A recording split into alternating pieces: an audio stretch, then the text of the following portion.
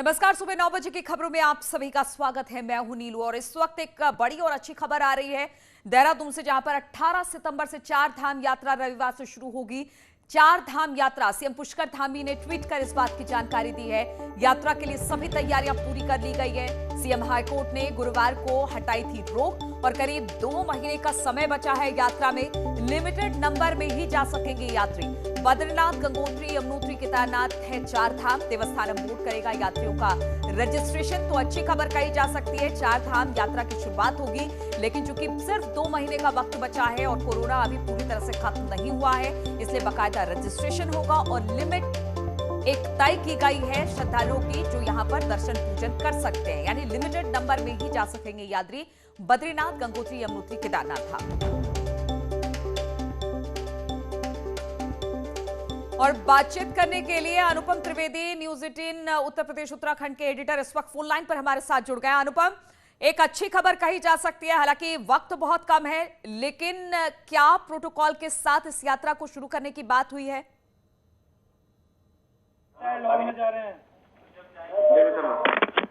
अनुपम, आपको आवाज मिल रही है?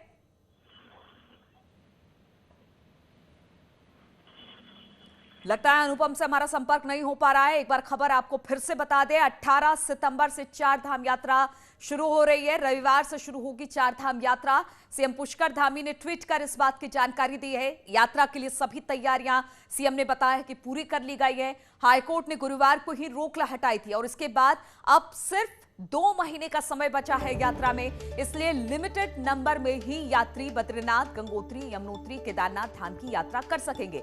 और जो रजिस्ट्रेशन का काम होगा वो देवस्थानम बोर्ड करेगा, यानी यात्रियों के रजिस्ट्रेशन की जिम्मेदारी देवस्थानम बोर्ड पर होगी। तो अच्छी खबर कही जा सकती है। कोविड काल में पिछले साल भी यात्रा नहीं हो पाई थी, इस साल भी आधा वक्त गुजर चुका है यात्रा में, और अब सीएम पुष्कर धामी ने ट्वीट कर इस बात की जानकारी दी है। अनुपम त्रिवेदी एक बार फिर से हमारे साथ जुड़ गया। अनुपम, क्या आपको आवाज मिल रही है? और आवाज मिल रही है तो ये बताइए कि अब चूंकि बहुत कम समय रह गया है, लेकिन इस बीच ये खुशखबरी कि चार धाम की यात्रा होगी, 18 तारीख से शुरू होगी, तो किन प्रोटोकॉल के साथ इसकी शुरुआत होगी और किस तरह से यात्रा को आगे बढ़ाया जाएगा? देखिए नीलू, कल जो हाईकोर्ट ने परमिशन दी है राज्य सरकार को, कई कंडीशंस के साथ दी है कि इसमें एसओपी का पूरा पालन किया जाएगा कोविड का।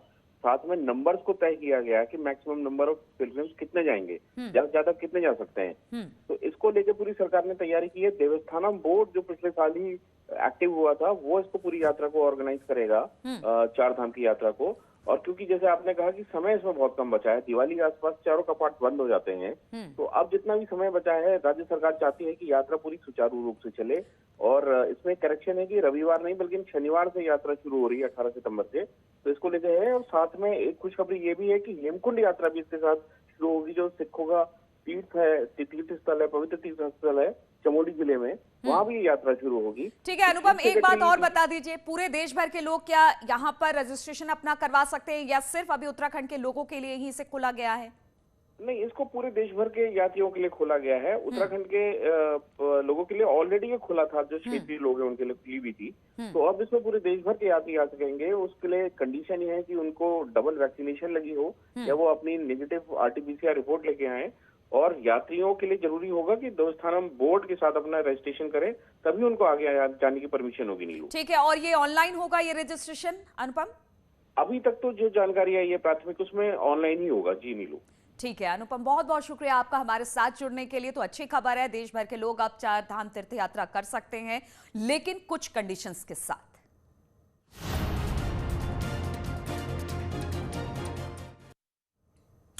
और दिल्ली एनसीआर में भारी बारिश के चलते एक बार फिर से लोगों की दिक्कतें बढ़ गई हैं। आपको एक साथ 8 तस्वीरें दिखा रहे हैं। पहली तस्वीर दिल्ली की है, जहां पर तेज बारिश के चलते कई इलाकों में पानी भर गया है। दूसरी तस्वीर लखनऊ की है, जहां पर सड़कें बारिश के बाद जलमग्न हो गई है। तीसरी तस्वीर गाजियाबाद की है, जहां पर कई जगहों पर ट्रैफिक जाम और हैवी ट्रैफिक देखने को मिल रहा है, जिससे लोगों की दिक्कतें काफी ज्यादा बढ़ गई हैं। चौथी तस्वीर जालौन की है, जहां पर 36 घंटे से ज्यादा समय से हवाओं के साथ रुक रुक कर बारिश हो रही है। लोग घरों में कैद रहने को मजबूर हो गए हैं। वहीं पांचवी तस्वीर आप देख पा रहे हैं, ये अयोध्या की तस्वीर है, जहां पर कई जगहों पर बिजली सप्लाई बाधित है। छठी तस्वीर गोरखपुर की है, जहां पर कई कॉलोनियों में जल जमाव की स्थिति बनी हुई है। वहीं सातवीं तस्वीर संभल की है, जहां पर भारी बारिश से किसानों के लिए बड़ी मुसीबत बनकर आई है, खड़ी फसल बर्बाद हो गई है। और अंतिम यानी आठवीं तस्वीर आप वाराणसी से देख रहे हैं, जहां पर लगातार बारिश से काशी हिंदू विश्वविद्यालय का जो सर सुंदरलाल हॉस्पिटल परिसर है वो तालाब में तब्दील हो गया है। तो बारिश ने कहर बरपाया है। तो उत्तर प्रदेश में मूसलाधार बारिश से हाहाकार मचा हुआ। तेज बारिश के चलते करीब 30 लोगों की मौत हो गई है। आज और कल भारी बारिश का अलर्ट भी जारी किया गया। भारी बारिश को लेकर सीएम योगी ने निर्देश दिए हैं। 2 दिन के लिए सभी स्कूल कॉलेजेस बंद है। प्रभावित लोगों को मुआवजा देने के लिए निर्देश भी सीएम की तरफ से मिले हैं। वहीं सीएम ने कहा है कि जो ऑफिसर्स हैं वो प्रभावित इलाकों में जाएं, वहां का दौरा करें, वहां की स्थिति का जायजा लें, लोगों को राहत पहुंचाएं और साथ साथ कितना नुकसान हुआ है उसका आकलन करने के साथ मुआवजे की बात भी कहें।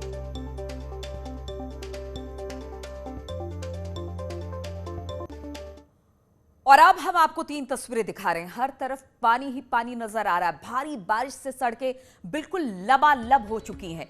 कई कॉलोनियां जलमग्न हो चुकी है। भारी बारिश के चलते सभी स्कूल कॉलेजेस 2 दिन के लिए बंद कर दिए गए हैं। 3 तस्वीर उत्तर प्रदेश में बारिश का कहर देखने को मिल रहा है। ग्रामीण इलाकों में या गलियों चौराहों में तो पानी भरा है। पौष इलाके भी बिल्कुल जलमग्न हो गए हैं और भारी बारिश के चलते स्कूल कॉलेजेस को 2 दिन के लिए बंद कर दिया गया है और लोगों से यही अपील की गई है कि अगर बहुत जरूरी ना हो तो वो घरों से बाहर ना निकले।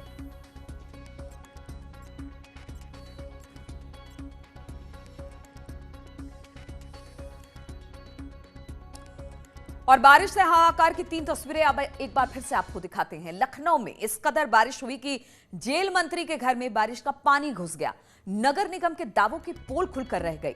अमेठी में 48 घंटे में हो रही बारिश से एसडीएम और सीओ के सरकारी आवास बारिश के पानी में डूब चुके हैं। दोनों अधिकारियों ने अमेठी के पीडब्ल्यूडी गेस्ट हाउस में शरण ली।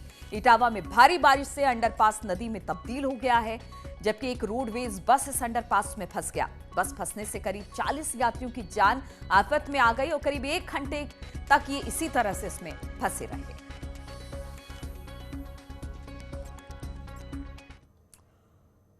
और सीएम योगी ने ट्वीट किया है। उन्होंने लिखा है कि प्रदेश में इस समय भारी बारिश हो रही है, कई स्थानों पर जलभराव है, पेड़ टूटने की घटनाएं भी सामने आई है। सभी शिक्षण संस्थानों को 2 दिनों के लिए बंद किया गया है। उत्तर प्रदेश सरकार की तरफ से राहत और बचाव कार्य किए जा रहे हैं। आप सभी सावधान रहे, बच्चों बुजुर्गों को अपना ख्याल रखने की उन्होंने ट्वीट करके सलाह दी है।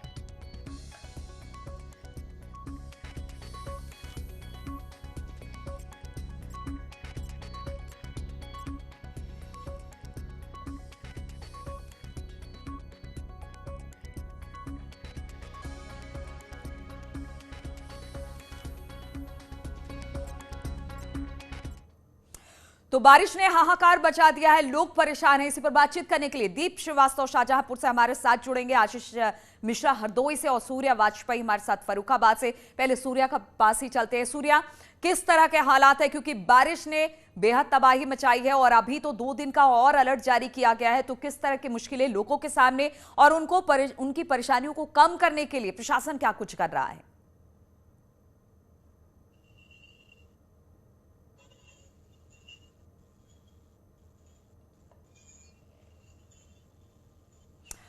सूर्या, आवाज मिल रही है क्या? लगता है सूर्या तक हमारी आवाज नहीं जा रही है। दीप श्रीवास्तव शाहजहांपुर से भी हमारे साथ जुड़े हुए हैं। दीप, अगर वहां के हालात की बात की जाए यानी कि शाहजहांपुर की, तो वहां पर स्थिति किस तरह की है अभी? देखिए, यहाँ करीब 98% कल सुबह से बरसात हो चुकी है और लगातार जलभराव देखने को मिल रहा है। सबसे ज़्यादा नुकसान फसलों में हुआ है।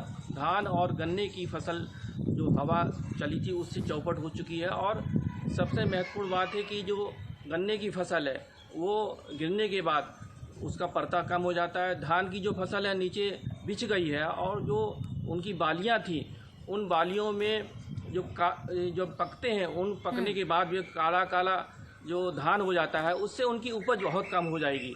तो इस तरीके से शाहजहांपुर में जो कुआया इलाका है सबसे ज़्यादा नुकसान वहाँ हुआ है और जो मदनापुर इलाका है वहाँ पर कई पेड़ गिरने की तो दीप, सीएम की जानकारी तरफ मिल से रही है। अधिकारियों को इसके ये साथ कहा गया है कि आप फील्ड में जाए, वहां पर स्थिति का जायजा ले, जो नुकसान हुआ है उसका आंकलन करे। तो इस तरह की तस्वीर दिखी, अधिकारी दिखे आपको लोगों के बीच जाते हुए? अधिकारियों से संपर्क में था और उनसे बात की, लेकिन अभी तक कोई भी उनके पास कोई जानकारी नहीं कि कहाँ कहाँ उनका नुकसान हुआ है, किस तरीके से जहाँ पेड़ गिरे हैं वहाँ पर क्या व्यवस्था बनाई जा रही है। इस तरफ से कोई भी अधिकारी वहाँ मौके पर नहीं पहुँचा है। जी, तो अभी तक कोई अधिकारी मौके पर नहीं पहुंचा है। हालांकि सीएम ने कहा है कि स्थिति का जायजा लीजिए और लोगों को राहत पहुंचाइए। सूर्या भी हमारे साथ फर्रुखाबाद से जुड़े हुए हैं। सूर्या, अगर आवाज मिल रही है तो वहां पर स्थिति किस तरह की है और क्या अभी भी वहां पर बारिश हो रही है? चलिए आशीष मिश्रा के पास हम चलते हैं, हरदोई में वो मौजूद हैं। आशीष, वहां की स्थिति किस तरह की है? देखिए, हरदोई में जो बारिश हुई है वो आफत का कहर बनकर हर वर्ग पे पड़ी है, चाहे वो सरकारी कर्मचारी हो, चाहे वो व्यापारी हो, चाहे किसान हो और चाहे किसी भी तबके से जुड़ा हुआ व्यक्ति हो, उसके ऊपर पड़ी आफत आई है। आपको बता दें, अभी 15 मिनट पहले बारिश रुकी है और अब सूरज की रोशनी हल्की हल्की जमीन पर पड़ रही है और एक साइड बादल भी दिख रहे हैं। फिलहाल आपको बता दें कि किसानों की फसल, अब हम लोग आज सुबह हम लोगों ने शहर का हाल दिखाया था और आपको अब दिखा रहे हैं कि हम लोग एक गांव में पहुंचे हैं जहां खेतों में पहुंच करके देखा तो वहां पे हर खेत में पानी भरा हुआ है। किसान की ज्यादातर फसलें बर्बाद हो चुकी हैं और वहीं अगर ताजी सब्जियों की बात करें तो जो सब्जियां हैं उनके जो फूल होते हैं ताजी सब्जियों के वो झड़ चुके हैं, तो 50% सब्जियों का नुकसान किसान का हो चुका है। और यही बिजली व्यवस्था पूरी तरीके से ठप है, पेड़ों के पलटने से बिल्कुल। तो जगह जगह इस तरह की स्थिति देख रही है, पानी घरों में घुस आया है, फसल बर्बाद हो चुकी है, बिजली व्यवस्था चौपट हो गई है। हालांकि सीएम ने कहा है कि अधिकारी तुरंत फील्ड में जाए और स्थिति का जायजा ले। अब देखना होगा कब तक अधिकारी वहां पर पहुंचते हैं और स्थिति का जायजा लेकर लोगों को राहत पहुंचाते हैं। बहुत बहुत शुक्रिया आप दोनों का हमारे साथ जुड़ने के लिए। और कानपुर में कल करीब 70 मिलीलीटर बारिश हुई है। हम आपको बता दें कि बारिश के चलते जगह जगह पर जल भराव की स्थिति पैदा हो गई है। कई जगहों पर मकान गिर गए हैं। मूसलाधार बारिश के चलते जिले में 2 दिन तक स्कूल बंद रहेंगे।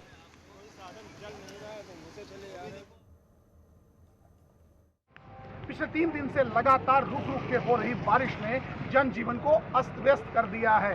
शहर की अगर बात करें तो शहर के कई जगह जल भराव देखने को मिला। यहाँ तक कि कानपुर के ग्रामीण अंचलों में कई ऐसे कच्चे मकान हैं जो ढह गए। हालांकि अभी जान माल की हानि नहीं हुई है। अगर बात की जाए मौसम विभाग की तो आने वाले 48 घंटे तक कानपुर में मौसम ऐसा ही रहेगा। अधिकारियों को निर्देश दिए गए हैं कि आज शैक्षिक संस्थान, स्कूल, कॉलेज बंद रहेंगे और इसका कड़ाई से पालन हो, इसके विशेष ध्यान रखा जाए। इसके लिए जिलाधिकारी ने एडीएम सिटी और एसडीएम्स की ड्यूटी लगाई है। अब फिलहाल वही लोग सड़कों पर निकल रहे हैं जिन्हें बहुत जरूरी काम है। विजिलेंस आशीष पांडे के साथ अमित गंजू, न्यूज 18 कानपुर। और खबर मैनपुरी से लेते हैं, जहां पर नवोदय स्कूल की छात्रा की मौत का मामला है, जहां पर डीजीपी ने अब 6 ऑफिसरों के साथ एक एसआईटी गठित कर दी है। डीजीपी मुकुल गोयल को रिपोर्ट एसआईटी की टीम सौंपेगी। 1 महीने के अंदर अंदर रिपोर्ट सौंपनी है। इलाहाबाद हाईकोर्ट की सख्ती के बाद ये कदम उठाया गया है, जब एक छात्रा की मौत के बाद एक एसआईटी गठित की गई है। बातचीत करने के लिए ऋषभ इस वक्त फोन लाइन पर हमारे साथ जुड़ गए।